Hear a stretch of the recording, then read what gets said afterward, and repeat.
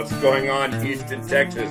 Welcome to episode 107 of season 7 of Talking Throws podcast, Texas style. I'm Coach Jason. And I'm Coach Janelle. And we are throws coaches with the track club, the Throwing Factory. You can check out our bios on the website at throwingfactory.com. Also, if you see that, go to that website, you're going to see a shopping apparel, links for our podcast, links for lifting DFW, also links for fiber sports, and then also for fourthrows.com. So it's a central search engine to go anywhere you want for the throwing world aspect of it. Also remind everybody about our YouTube page. You can just go search Talking Throws on YouTube and then give us a thumbs up and subscribe to that. So every time we download an episode, you get a notification. So our season 7 sponsors, without them, we can't do what we do. So we're very, very grateful for their support. Starting off is Texas Track and Field Coach Association. Right now, if you go to that website, ttfca.org, that website again is ttfca.org. You're going to find information about the Winter Clinic coming up in January in Waco. Also, there's information there about the Hall of Fame announcement that will happen, I think, the night before. Also, too, you're going to see schedules started coming out for 2024 for indoor and for outdoor season. So if you're a high school coach looking for a meet, that is a great place to go. And also, too, I want to remind everybody that the rule books are also posted on that website, and there's been some changes heading into 2024 season. So if you're looking for an update for rule books, that's the place to go. Fourthrows.com, quality implements priced right. Right now, if you go to fourthrows.com, you're going to find a Nishi Super Competition Discus that's regular $439. You're going to find it for $100 off for that 1.6 high school disc for that boy. Again, it's regular $439. It's $100 off, so it's $339. That does not include shipping, but that is for the boy 1.6 high school discus. And if you use that code TalkingThrows10 to get 10% off, Ready Up Athletic Development, ran by Zach Phillips in the greater Austin area, 512-507-8347. If you're looking for a program and you're a fall athlete, football, volleyball, coming out of tennis, and you're getting ready to throw in the springtime, Zach has put a great program together. It's called Basic Throw Strength. It's on the website Train Heroic. If you use the code THROWS10, you're going to get 20% off. The website is Train Heroic, and the program is called Basic Throw Strength. Fiber Sports Discus, a new way to get the distance. Right here. You can buy that Fiber Sports Discus on that fourthrows.com website, or you can directly go to fibersportsdiscus.com. Anything you want to know for Fiber Sports Discus is where to go to that website. Also, we want to thank Big Frogs of Colleyville for handling all our printing and embroidery needs for the Throwing Factory. If you're looking for something, a quick idea, email them at colleyville@bigfrog.com. Also, Lifting DFW, a mobile lifting station, lifting lessons, small groups, whatever you need, reach out to me for that. And finally, our new sponsor for season 7, NTX Timing.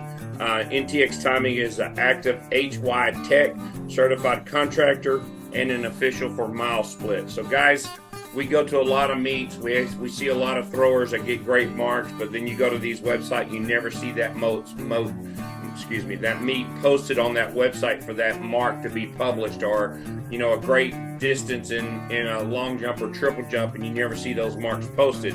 Well, NTX Timing can do that for you, and you can contract them out. They're going to come to your meet. They're going to set up a timing system. Everything's computerized, and you can go to that website ntxtiming.com. Today's guest was just most recently inducted into the Southwest Conference Hall of Fame.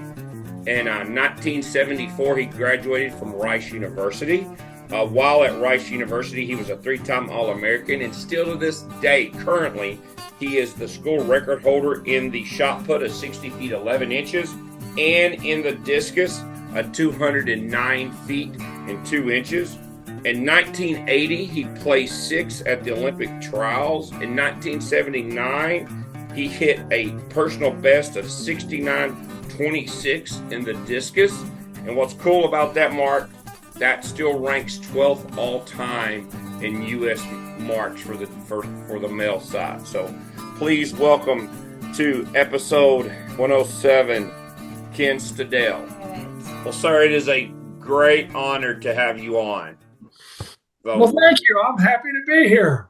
well, we're excited to hear kind of some stories, and if you want to bash Mac Wilkins or John Powell, go ahead. I'm joking. we fussed and fought long enough. It's probably better to lay those discus wars to bed. So, yeah. Well, first of all, we're going to start with current. Congratulations on being inducted into the Southwest Conference Hall of Fame. If you would kind of tell us how that came about, like how did they notify you, and what was that experience like? Because I think just recently y'all had the official ceremony, right? Yes, I think it was on Wednesday of last week. Okay. I was contacted about a month and a half ago by a lady at the Texas Sports Hall of Fame. Her name was Krista Martin. Okay. I was working out in the garage, and my wife brought my mobile phone out, and it said, "I'm showing you're getting a call from the Texas Sports Hall of Fame." And I typically won't answer calls from somebody I'm not expecting a call from. And Gene said, "You want me just to let it go?" And I said, "No, this sounds interesting." So I answered the phone, and Krista had a lot of work to do. She did a very nice job putting this on, but I thought it was a spam phone call. She launched right into her presentation. Of course, she had 8 other individuals to contact. She had a lot of work to do, but I was waiting for her to ask me for a credit card number or something like that. So I decided near the end of our conversation it might be legitimate. So I told her I didn't think I could come, but could I be inducted in absentia? And she said, "I don't know. I'll have to check on that and call you back." Okay. Well, I thought that would probably be the end of that. Well, about 3 days later, she called me back and said, "Yes, they said we can induct you in absentia." And so I said, "Well, I'll think about this, see if I can work my schedule out." I don't have a busy schedule at all. I'm retired, but anyway. You didn't need to know that. I contacted John Warren, the track coach down at Rice, and he said, "I don't know anything about this." And he said, "Call Bobby May, who was my track coach when I was at Rice in the early 70s. And I called Coach May, and Coach May said, "No, this is on the level." And to be honest with you, I was really stunned. I haven't been involved in throwing or the throws for 35 years or more. And I told Coach May I thought I would probably come. I said, I told that lady at the Texas Sports Hall of Fame I didn't think I'd be there, but now I know it's on the level. And Rice has nominated me for this. I think I'll come. Well, then I found out that some of my teammates and friends from Rice were going to be there. And I thought, gosh, I have got to go to this. And I'm certainly glad I did. It was really a wonderful affair. When you're 71 years old, you're lucky if people recognize you enough to tell you to get out of their way. So they just treated us wonderfully down there. They talked about myself and 8 other inductees like they were rock stars. So I'd be lying if I didn't say I had a really nice time. Awesome. That's awesome. So did your wife or any of your other family or kids, grandkids were able to attend as well? My 2 children were not able to come. My wife, Jean, who's typically almost always by my side, and I went down and drove down a couple of days early, spent the evening in Fort Worth. Never been to Fort Worth, to the stockyards, and stayed at the Drover Hotel. And then, nice. Yeah, I had a former teammate that has a place in Branham. We drove down there Tuesday afternoon and spent the evening there. And then we drove back up to Waco Wednesday morning. So we made a little road trip out of it. it was a lot of fun. Awesome. Awesome. Well, how many years have you and that sweet wife been married? How many years has she been by your side? Oh, gee whiz. Uh-oh. Close to 40. We dated for 7 years before we married. I met her out in California. She was the archetypal California girl. So yeah, I met her about a year after I moved out there from Rice to continue my training in the Bay Area. Okay. Yeah.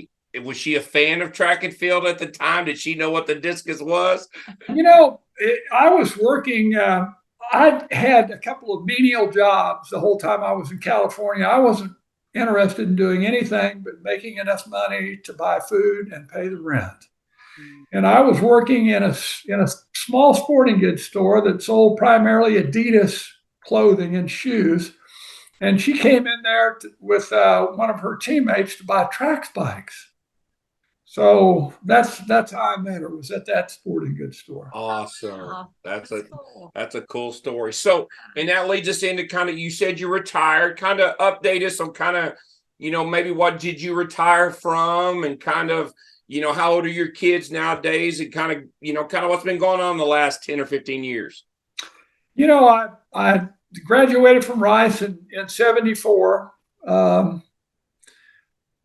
Worked at my dad's marina that summer up here in Kansas. Okay. Put all my worldly belongings in my old Audi and drove to the Bay Area. I had met a discus thrower in competitions out there that went to Berkeley, Jim Penrose. Uh-huh. And Jim kind of took me in. Stayed in Berkeley for, 6 or 7 months while I was looking for a job that might pay me enough to live, but give me time to train in addition to that. And finally found a job down in the South Bay area at a company called Closco, which sold Adidas merchandise and was owned by a former Rice graduate, Bill Tom Kloss, who was a basketball player.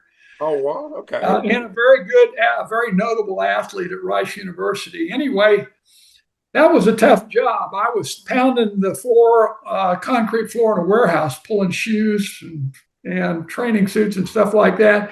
Then I got the opportunity to go to work at a little sporting goods store where I met my wife. So I was in California for a little over 8 years. Okay.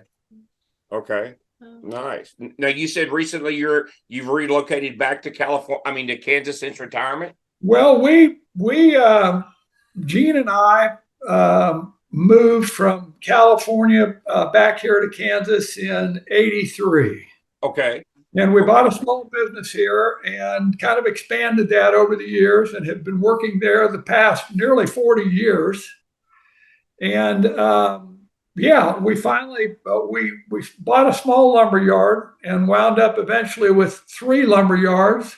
Oh, and wow. Just about a year ago, we sold the last one of those, and they were all rural, small town lumber yards.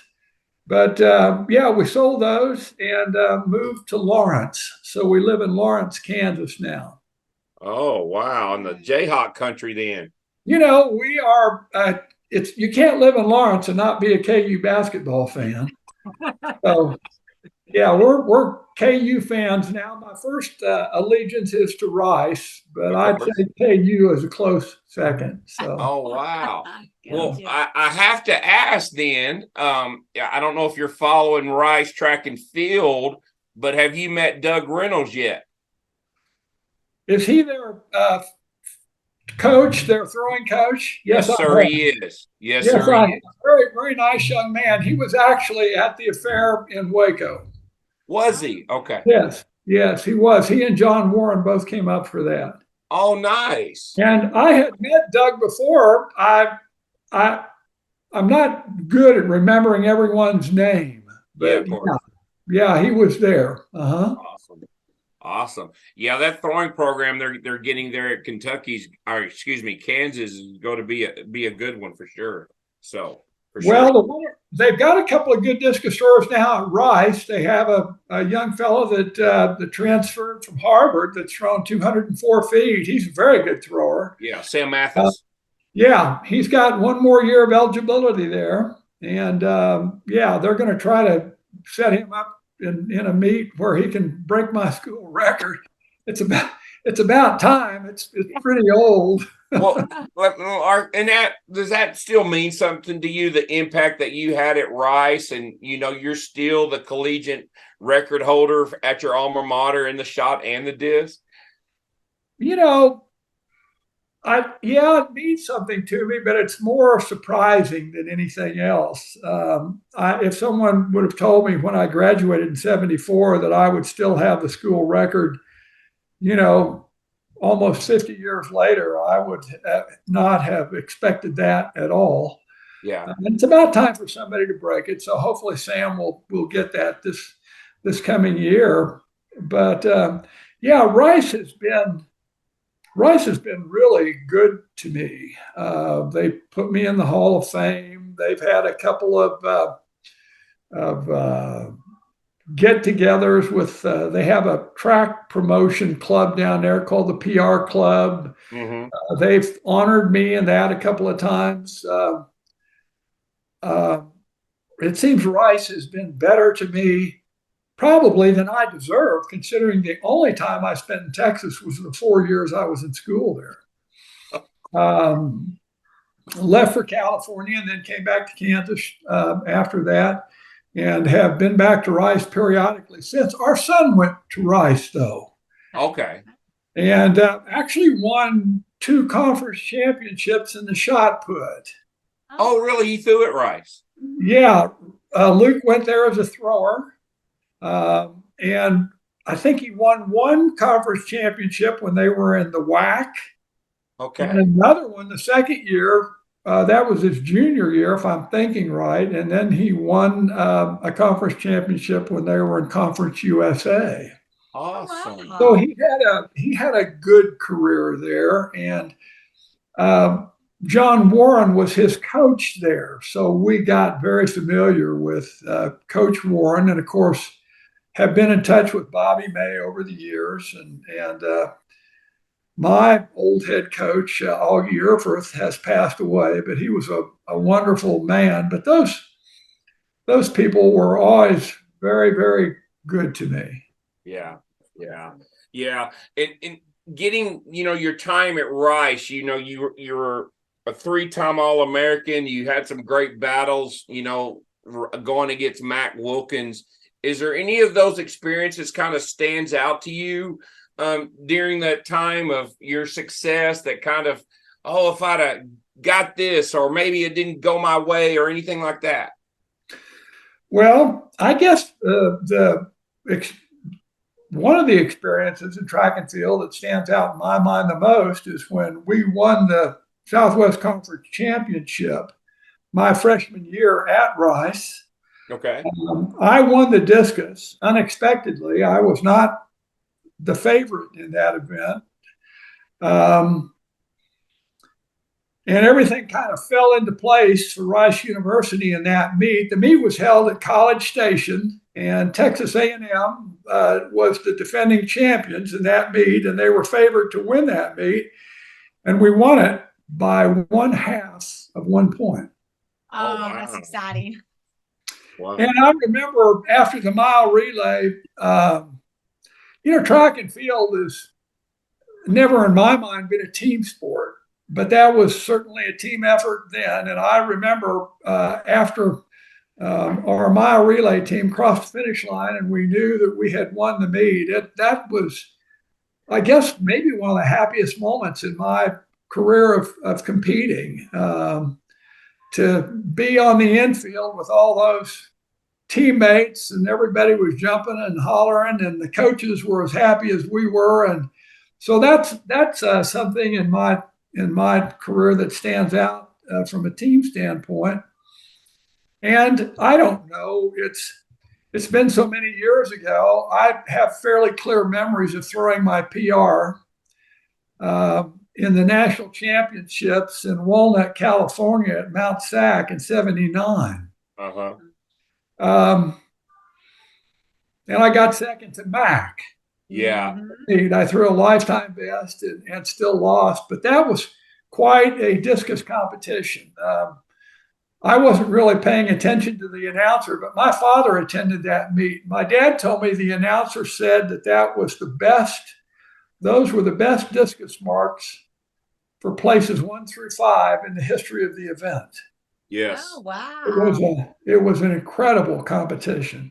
5 throwers went over 69 feet. Am I right? Yes. I think we had 5 throwers. We had 5 throwers, I think, over 220. Yes. Wow. In my research, I saw that and I was like, holy mac, that's impressive. Awesome. And you're in the heyday of competing against, of Ben Plunkett and John Powell and Art Burns and I'm sure, you had to bring your best when you were out there in California trying to train to get to those meets, correct? Yeah, I was. That was quite a collection of discus throwers for a number of years, and we didn't train together. Okay. Didn't really spend any time together. We didn't necessarily not get along, but I mean, when you're when you're trying to win, you don't really. I think the attitude amongst all of us is we really didn't want to be terribly friendly with each other. Mac and John didn't like each other.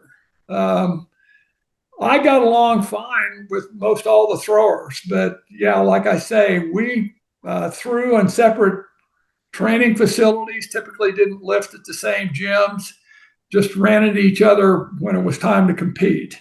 Periodically. So it was kind of it was kind of an unusual environment. It was quite a gathering of throwers, of discus throwers. And Brian Oldfield was in the mix out there then, and there were a couple of very good shot putters in the Bay Area. The Bay Area was really kind of a throwers mecca in the mid 70s to early 80s.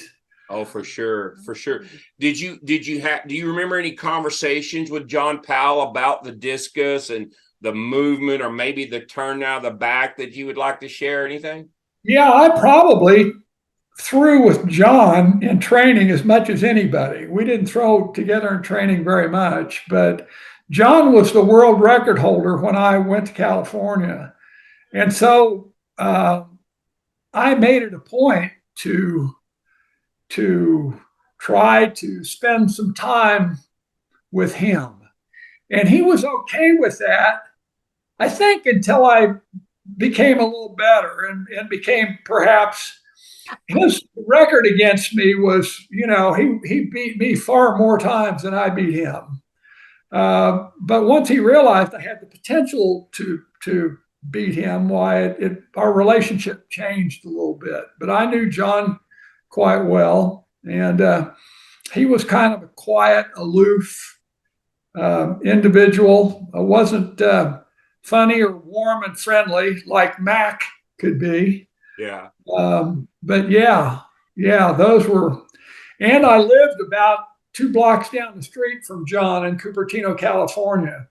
Oh, wow.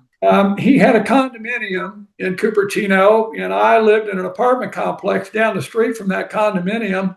And both of us trained quite a bit at De Anza Junior College in Cupertino. Yeah. Okay. Good win there, I heard. Well, there could be. Yeah, there could be a good win there. We didn't necessarily seek out the wind, but it was more fun to throw on a day when there was a good wind, and of course compete for a mark than there was when there was no wind. How did you juggle your training schedule? Like, you said you worked at the sporting goods store, and you're trying to make money to kind of further along your career. How was your typical training week? Work at night, train in the morning, or was it kind of vice versa? When I left that Adidas warehouse to go to work at the little sporting goods store called the Instep, I made a deal with the owner of the Instep. The store opened at 9:00. And so I opened the store and he let me work straight through until 3. So I was working a 6-hour day. Uh-huh. And I wasn't on my feet all the time like I was when I was pulling shoes in a warehouse. So the owner of that store was good to me to let me work 6 hours a day, and yeah, and still have time to train for 3 hours before the day was over. Awesome. Awesome. And now would you throw every day? No, I typically threw about 4 days a week Okay. and lifted 3 days a week usually.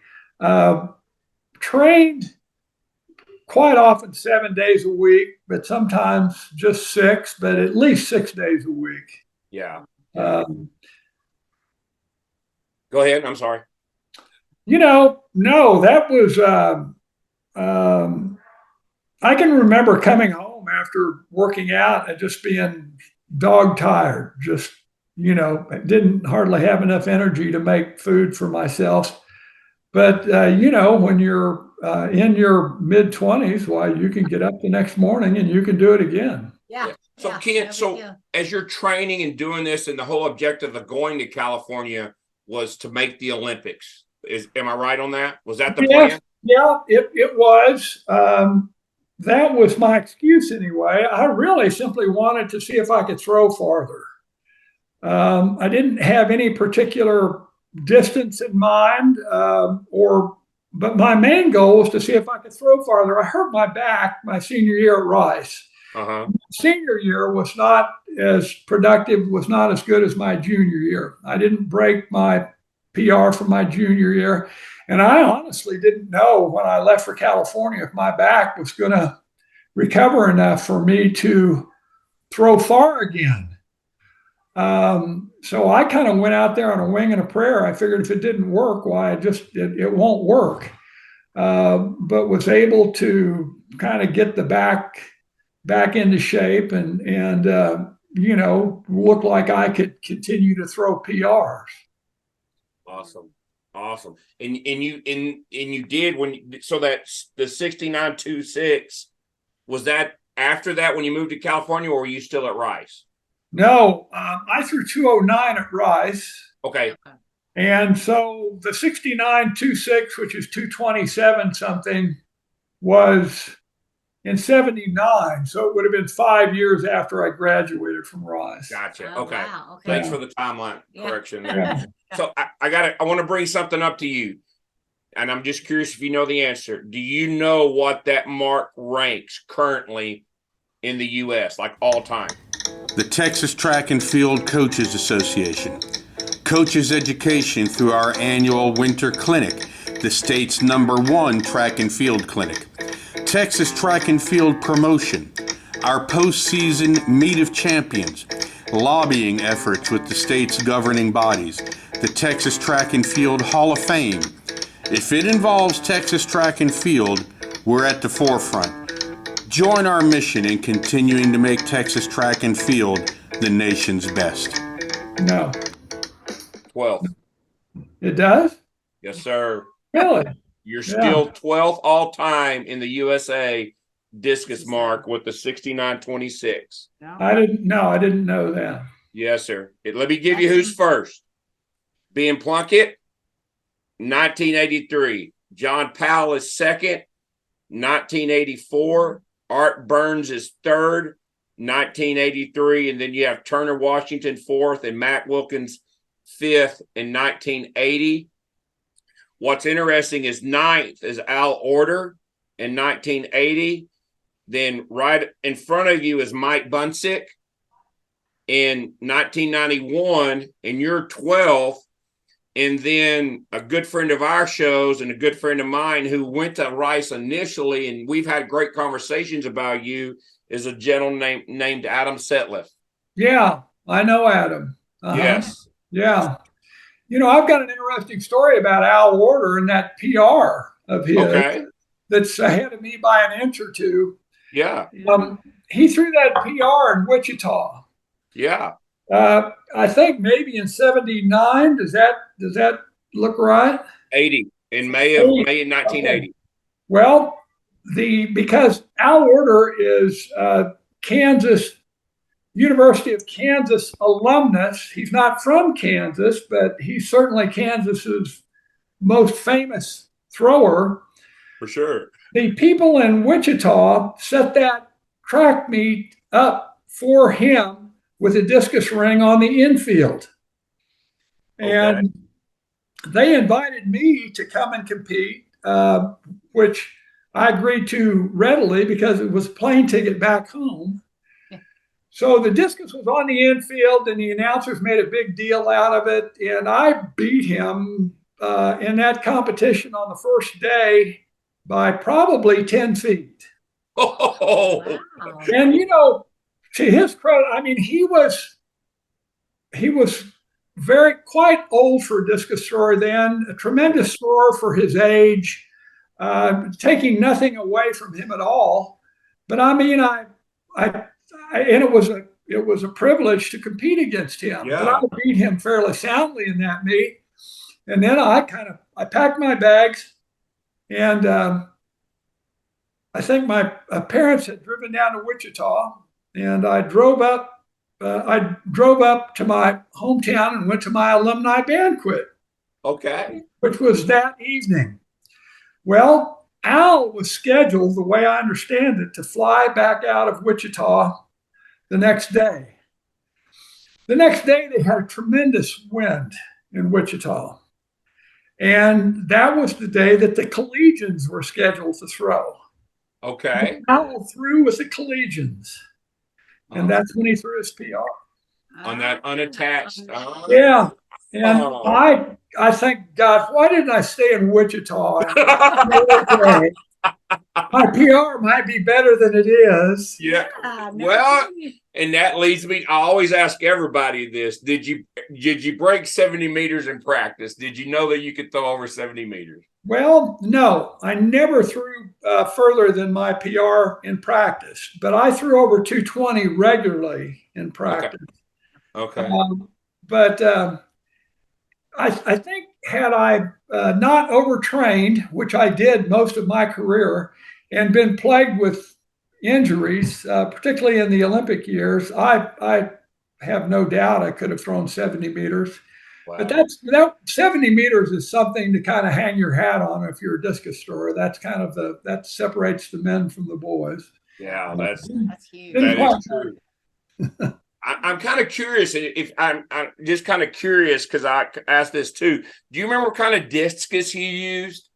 Did you have a favorite discus? You kind of, because now we have all these different type and aerodynamic and center rim and heavyweight. I'm just kind of curious. Did you have a certain disc that you'd like to throw? I always threw a Gill Hollywood. I was wondering. Yeah, I always threw that. And That's funny. near the latter part of my career, discuses that were probably more aerodynamic and better suited for stability in the throw were coming along. Oval mated discus and different people made a discus with more weight in the rim. Mm-hmm. And I never could get used to those. They, on the release, they just tugged on my finger a little harder than the old Hollywood. So I threw that old blue Gill Hollywood. Yeah. Yeah. Is that what you threw the 69-26 with? Yes. Okay. Yeah. Good. Yeah, sure did. And I'm kind of curious, when you're working with Adidas, did Adidas help you with your throwing shoes? They did. Okay. They did. And then I became a member of Athletics West in '79 and started wearing Nike after that. But prior to that, I wore Adidas. Okay. I think Adidas gave me some shoes when I was at Rice. Okay. And then when I went to California, I think in 75 out there, I might have managed to throw a PR. And I think I made my first trip to Europe in 75. Okay. And then in 76, got hurt, did not do well at the trials. I think I might have placed in the top 6 in 76. So I made my first trip to Europe just kind of as an independent thrower and a member of track team in 77. Okay. Stayed at the Adidas Sport Hotel in Herzogenaurach. And Adidas was nice to me with shoes and training stuff. So did Wolfgang Schmidt, Jürgen Schultz, did you have a chance to meet any of those gentlemen or throw against them? Well, I threw against Schmidt and knew Wolfgang. Okay. Jürgen Schultz came along after I had quit throwing. Okay. I never knew Schultz. Yeah. Okay. So, yeah, Wolfgang had a very unique style to throwing, and that kind of leads me to your technique as well. There's a YouTube video of you, and there's no cage, and there's a quick pivot, and a good kind of sprint to the middle. But I noticed when you threw your 227, the 69.26, that you had kind of a longer sweep, and that sweep was a little bit more connected rotationally. Did that something you kind of just changed through the years? The honest truth is my discus technique was never very good. You were just 6'6" and long as shit. Let's be honest. Well, it could have been a lot better. I, as a seventh grader, kind of naturally seemed to be able to throw a discus. Okay. And that was really kind of hooked me on the sport, but it was also kind of a downfall because by the time I matriculated at Rice, I had developed some bad habits. And I never was able to break those bad habits. Wolfgang's technique is probably the paradigm or probably technically, in my opinion, the best discus thrower ever.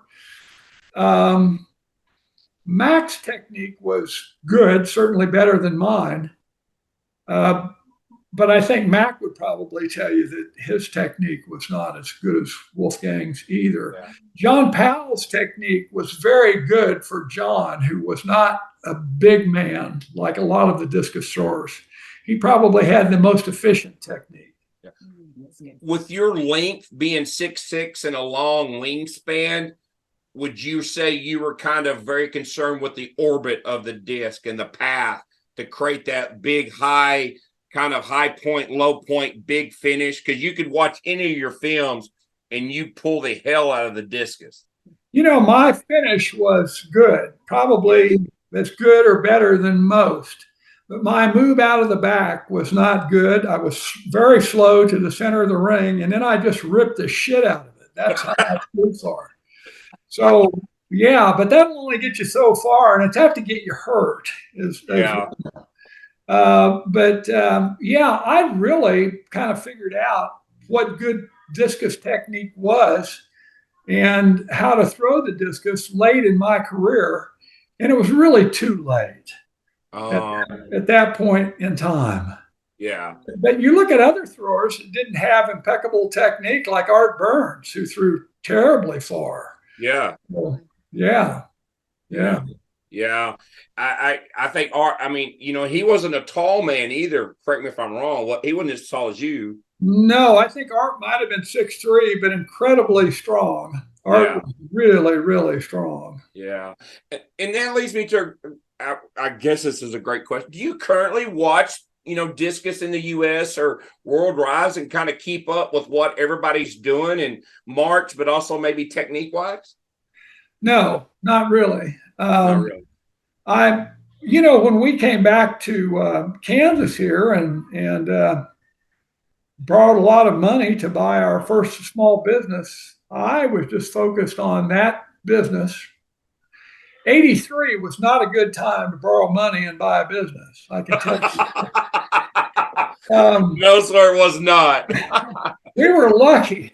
We were lucky to get that little business paid for.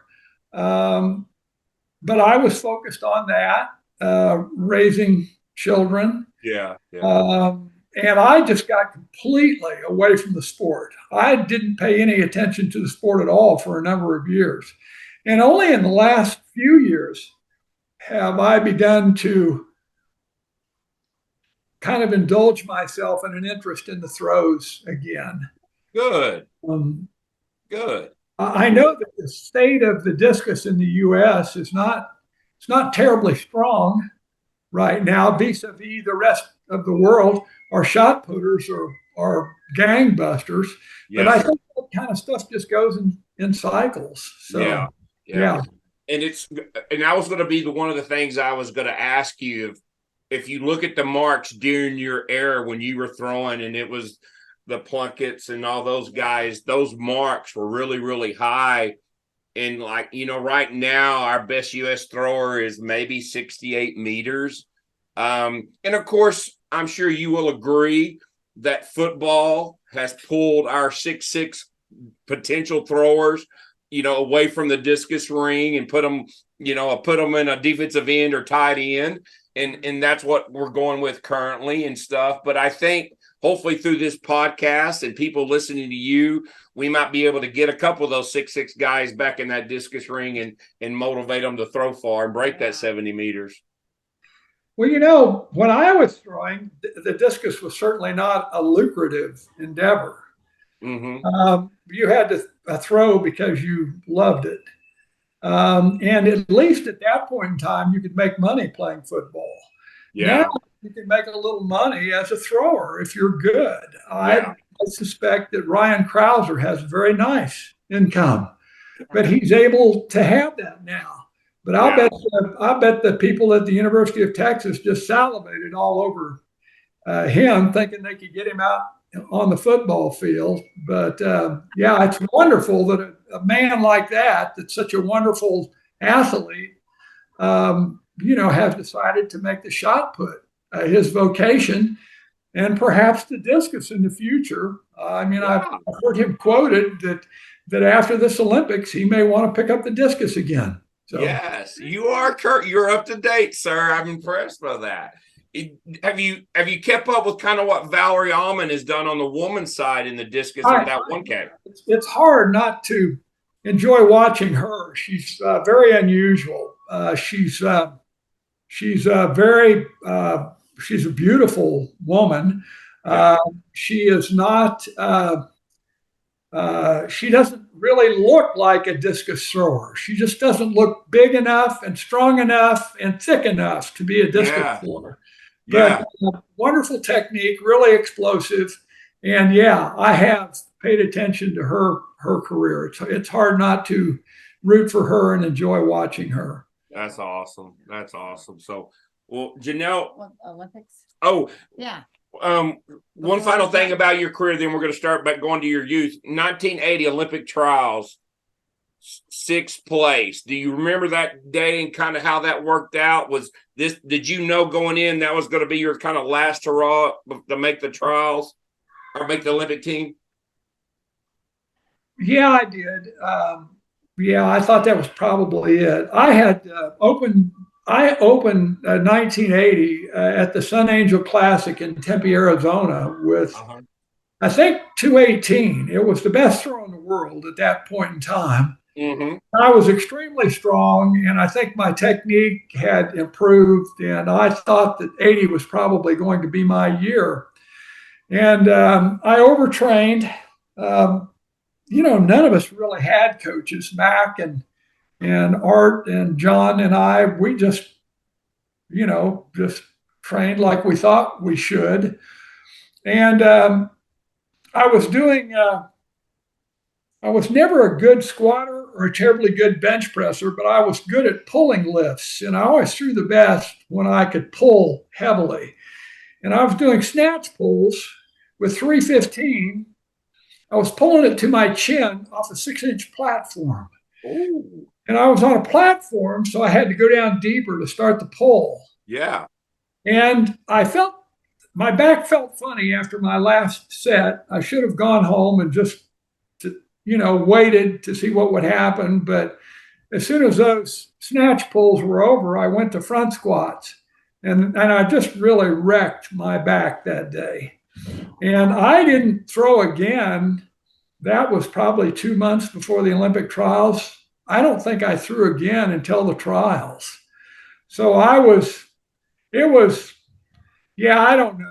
I don't want to use that as an excuse. If I'd been completely healthy, that's a trial by fire. Who knows? Maybe I wouldn't have been on the team anyway. And it didn't mean quite so much at that point in time, anyhow, with the boycott. Yeah. That was horribly disappointing for most of the track and field athletes that I knew. Yeah. Yeah. So that was tough. Competed a couple more years after that, and I began to realize I'm probably never going to PR again. So, yeah, time to hang it up. Time to move to Kansas, become a lumberman. Well, my girlfriend had told me, she kind of really gave me an ultimatum. We've been dating about 7 years, and she kind of said, you need to decide, because I thought that I was married to the discus, even in 82. And she said, you need to decide if you're going to marry the discus or me. So, and I made the right choice. She's a wonderful person, and we've had a wonderful marriage. So, yeah. That's awesome. Ken, can I ask, that mentality of being married to the disc? Because I've had conversations with Adam Setliff and other people, and when it comes to a discus thrower, there is just something, I don't, forgive me for saying, I don't want to say addictive, but obsessive maybe a little bit, with just trying to throw this thing as far as you can. Do you think that's just something kind of born inside y'all that made you unique and special to the event? Or is it something that you just kind of grew as you became better in the event? Well, I think there may be a couple of reasons for that. When you look at longevity in track and field, discus throwers seem to be able to compete at a high level for about as long a time as any of the other sports in track and field, probably longer than most. The second thing is discus technique is complicated. It's, in my mind, it's maybe the most technical event in track and field beside the pole vault. Yes. And I never knew a discus thrower that thought that he couldn't improve his technique. I was never happy with mine. But I don't know that I ever met a good discus thrower that didn't think that he could refine his technique and throw farther. And I think maybe that's one of the reasons for it as well. Now, back in your era, we couldn't pull out the phone and record and stuff. So everything was by feel, right? And everything, you didn't have that visual aid like we do now. Everything was feel, and then look at the result of how the discus is flying, right? Yeah, you had to throw and then think about it a little bit. And then if you had felt that you had done something wrong, rushed the pole or fallen out of the back and not shifted your weight over the left leg adequately or something, you tried to correct that on the next throw. But we had 8mm film. Okay. And did get filmed in 8mm and had a chance to watch that. But of course, the film had to be developed. Maybe a week after you actually had your workout that was filmed, you saw the film and you tried to remember how you felt on each throw and what you were doing. But I never had a real quick eye. It was always difficult for me to even watch another thrower and figure out exactly what they were doing. And so film was a much better medium for me, because you could, if the 8mm was fast enough, you could slow the frames down and you could actually see what you were doing. But that's how we got feedback. Awesome. So. Awesome. All right. Well, we're going to go way back to see if you can remember when you first started throwing. You said something about as a 7th grader, when you picked up that discus, you were good at it. So Where was that? How did someone put a discus in your hand and say, here, go throw this? I just had a conversation with a former schoolmate at our alumni get together a couple of days ago about that. I don't think anybody put a discus in my hand, but I think I found we had an old rubber discus at our school. And I think I just found it laying out there and started tossing it around. And this guy was 2 years older than I am that I talked to at our alumni gathering here a couple of days ago. And he said, do you remember throwing the discus back and forth across the football field with me? Because we didn't have a discus ring in our high school. So I threw on grass until I was a sophomore. And my dad and a couple other guys went up and poured a concrete square and painted a ring on it. And so starting my sophomore year, I had a ring to throw out of. But I was tall as a youngster and very thin. And 13 people in my graduating class, 60 people in our entire high school. Oh, wow. Okay. And I did football, I did basketball in addition to track. I played baseball in the summer. I was in the band. I was on the student council. In a little school like that, you do everything. Yep. And I wasn't a particularly good high school thrower. My senior year, Kansas had better shot putters and discus throwers. The state of Kansas had better throwers than me. The only other Division I scholarship offer that I received was in football. And so when Rice University offered me a scholarship in track and field, I could scarcely believe it. But I knew for sure what I was going to do then. I was going to continue throwing. Do you remember how that came about? Like, how did you get connected with Rice and Coach May? I'm sure Bobby May was there at the time to find this tall, slender boy out of Kansas. My father had a good friend that lived in Houston, and he had a fundraising company. And my dad had made they met in the service and had stayed in touch over the years. And my dad had made several trips to Houston to visit him. And my dad, I think, became familiar with Rice University in that fashion. Although I don't ever remember him talking to me about it. He told my high school coach about it. Okay. And he said, I think Ken ought to go to Rice. And I don't know what my coach said to him. Probably something like, where's Rice? Anyway, long story short, my high school coach contacted Rice University and said, I've got a thrower here that makes good grades. I think he has a chance to be good. He's tall and skinny. And I think if he gains weight and gets stronger, maybe he could score you some points. And it wasn't too long after that Bobby May showed up at our school. And I remember this clearly. I was sitting in class. It was near the end of my senior year. Most athletes had probably been selected. Most really good athletes had chosen a school and committed. And the high school principal came into the class and interrupted the teacher and said, Ken, there's someone here that would like to talk to you. And I remember I got up and I said, well, who is it? He goes, well, you're going to meet him in a minute. Well, my high school was so small, we did not have a dedicated room to have a conversation like this. Our janitor had set up a little coffee table and a few chairs back in his janitorial room where the boiler was. It was back in the boiler room. So I remember walking down a short hallway through the area where we did shop and turning into the old boiler room. And there was our school janitor talking to Bobby May. Wow. That's awesome.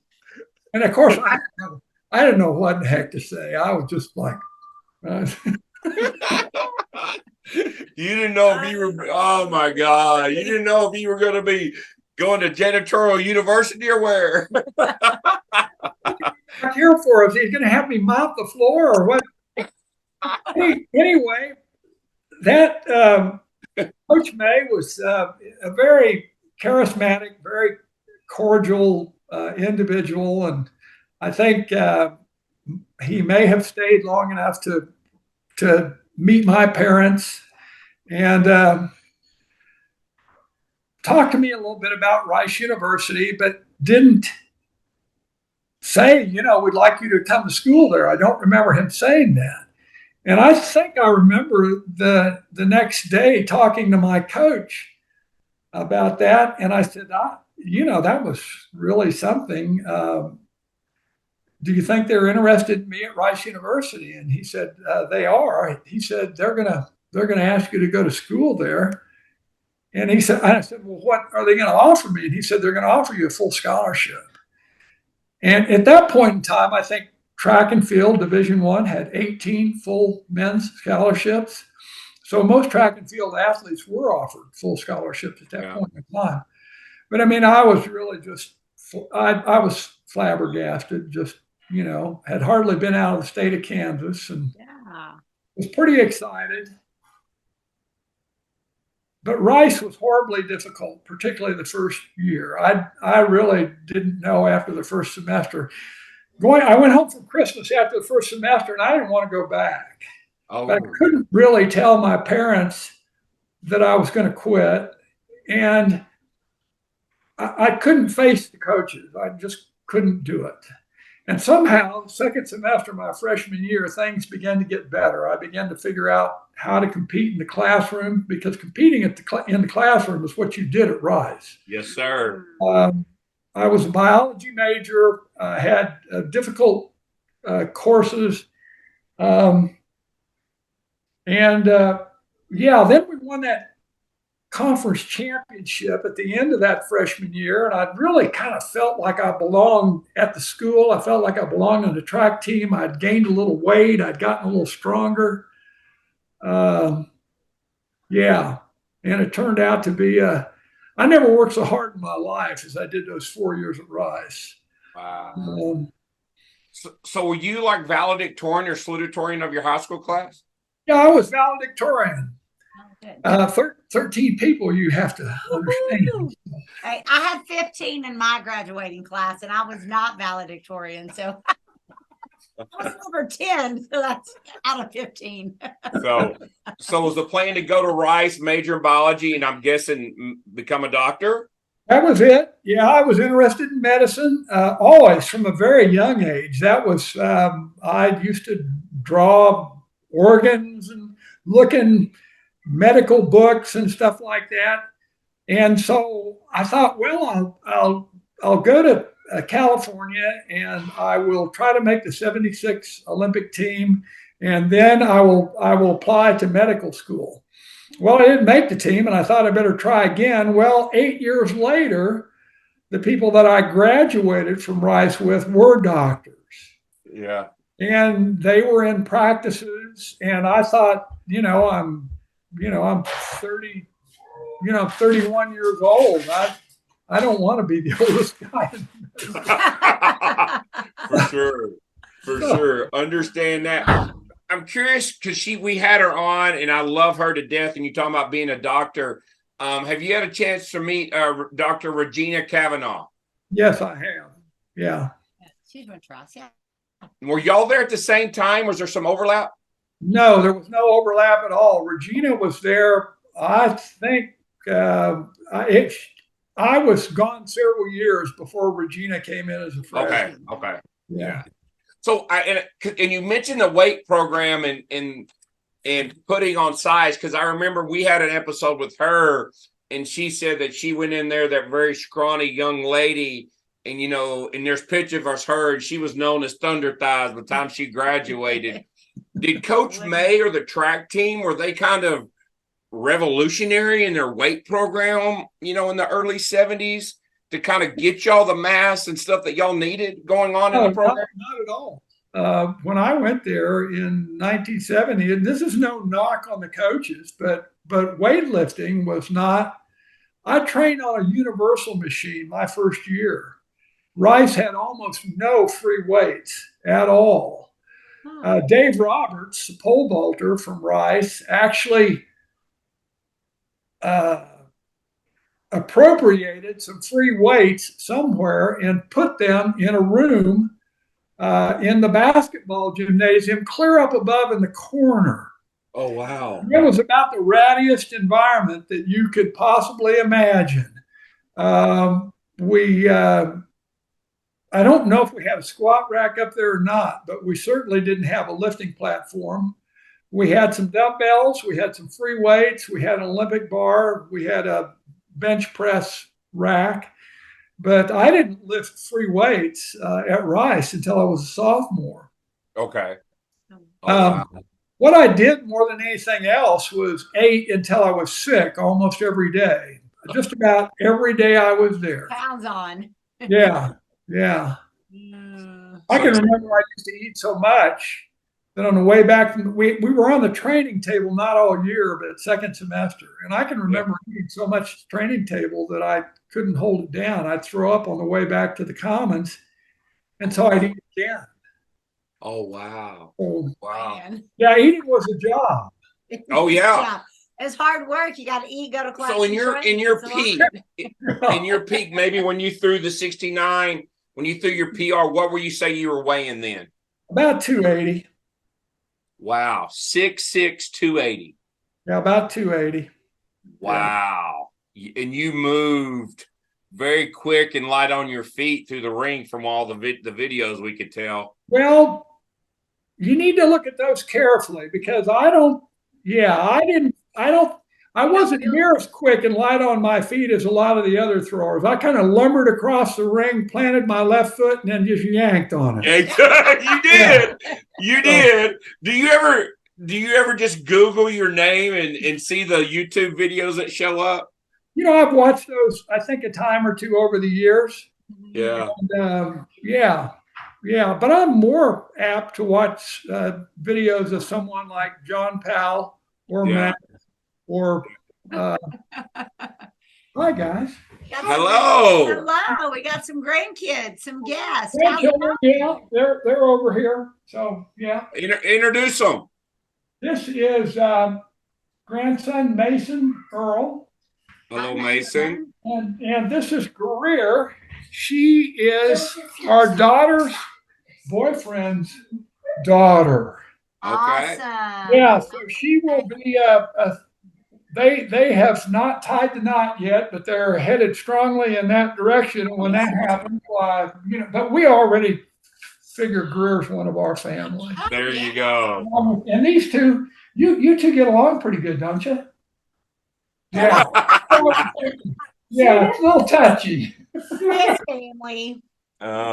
That is awesome. That is awesome. So maybe you can introduce them to throwing when they get older.